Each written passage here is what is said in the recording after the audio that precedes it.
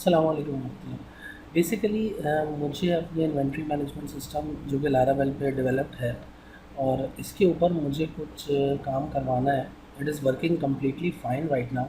For example, अगर मैं potato collect करता हूँ और मेरी एक प्रोडक्ट है पोटैटो, अगर मैं इसका कोड लगाता हूँ और कोड लगाने के बाद किसी भी वेयर हाउस के लिए परचेजिंग लेता हूँ, फॉर एग्ज़ाम्पल ये मैंने कोड डाला, अब यहाँ पर पोटैटोज़ आ गए और मैंने यहाँ पर 100 पोटैटोज़ जो है वो बाई करें।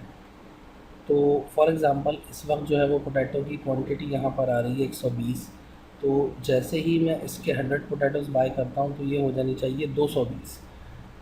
बेसिकली ये हो रहा है। अगर मैं इसको रिफ़्रेश करके देखूँ तो यहाँ पर आ जाएगा 220, तो ये वर्किंग में है। द प्रॉब्लम इज़ ये रहा 220। अब मेरी रिक्वायरमेंट क्या है? मेरी रिक्वायरमेंट बेसिकली ये है कि जिस वक्त मैं एप्पल या कोई भी प्रोडक्ट जो है वो यहाँ पर अपडेट करूँ, फॉर एग्ज़ाम्पल ये सब कुछ वैसे ही सेलेक्ट करके नॉर्मली अगर मैं इसको अपडेट करूँ तो यहाँ पर मेरे पास एक और ऑप्शन भी हो, वेट।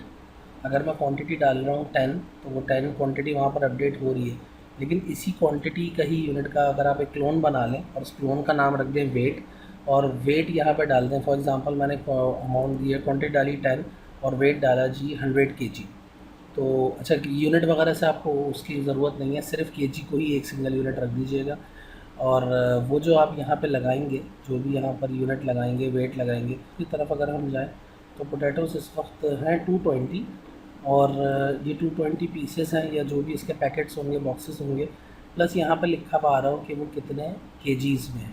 तो जो भी अमाउंट आपने यहाँ पर डाली होगी केजी वाले फॉर्म में, वो रिफ़्लेक्ट होगी। यहाँ पर एक और कॉलम बन जाएगा, दैट इज़ वेट, और वेट के कॉलम के अंदर वो चीज़ रिफ़्लेक्ट होगी। कोई भी हम परचेज़ के अंदर आकर किसी भी चीज़ की एंट्री करते हैं तो वो ऐड होकर इस लिस्ट के अंदर, जैसे मैं क्वांटिटी अपडेट होती रहती है वैसे ही वो वेट अपडेट होता रहेगा, नंबर वन। अब नंबर टू, यानी कि ये अमाउंट सब्ट्रैक्ट कैसे होती है? फॉर एग्ज़ाम्पल ये जो एप्पल्स या ये जो पोटैटोज़ थे, फॉर एग्ज़ाम्पल ये 220 थे। अगर मैं इसमें इसको सेल करने के लिए जाता हूँ और सेलिंग मॉड्यूल भी इसके साथ ही है, और अगर मैं सेल करने के लिए जाता हूँ और यहाँ पर मैं इसको सेल कर देता हूँ मिसाल के तौर पर 20, तो ये अब मेरे पास रियल अमाउंट के अंदर 200 नज़र आने चाहिए आफ्टर दिस ट्रांजैक्शन। तो ट्रांजैक्शन हो गई, यानी कि अब ये 200 हो जाने चाहिए। अभी 220 है।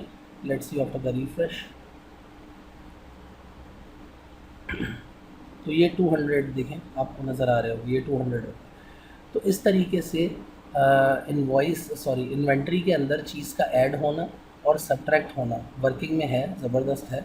बस मुझे क्या करवाना है बेसिकली कि जहाँ पर परचेज़ ऐड करते हैं तो वहाँ पर भी वेट डले, और जहाँ पर सेल ऐड करते हैं वहाँ पर भी ऐड डले। जिस वक्त दोनों के वेट्स डाल रहे होंगे, जब हम परचेज़ के अंदर डालते हैं तो वही वाला वेट इस लिस्ट के अंदर ऐड हो जाएगा। फॉर एग्ज़ाम्पल इस लिस्ट के अंदर ऐड हो जाएगा, इसके आगे फॉर एग्ज़ाम्पल वेट का डब्बा आ रहा है। अब मैंने इस वक्त डाला था 20 kg, तो वो 20 kg आ गया, यानी कि मेरे पास 200 माल पड़ा हुआ है, 200 आलू पड़े हुए हैं और 200 आलू 20 kg पर हैं। और जैसे ही मैंने उसमें से 20 आलू बेच दिए, 50 आलू बेच दिए, तो मैं बेचने के अंदर भी डिफ़ाइन करूँगा कि मैंने कितने केजी बेचे, यानी कि यूनिट भी डिफ़ाइन करूँगा और ये भी बताऊँगा कितने केजी बेचें। तो ऑटोमेटिकली वो यहाँ से माइनस हो जाएगा। तो ये प्लस और माइनस का ये कल्चर है।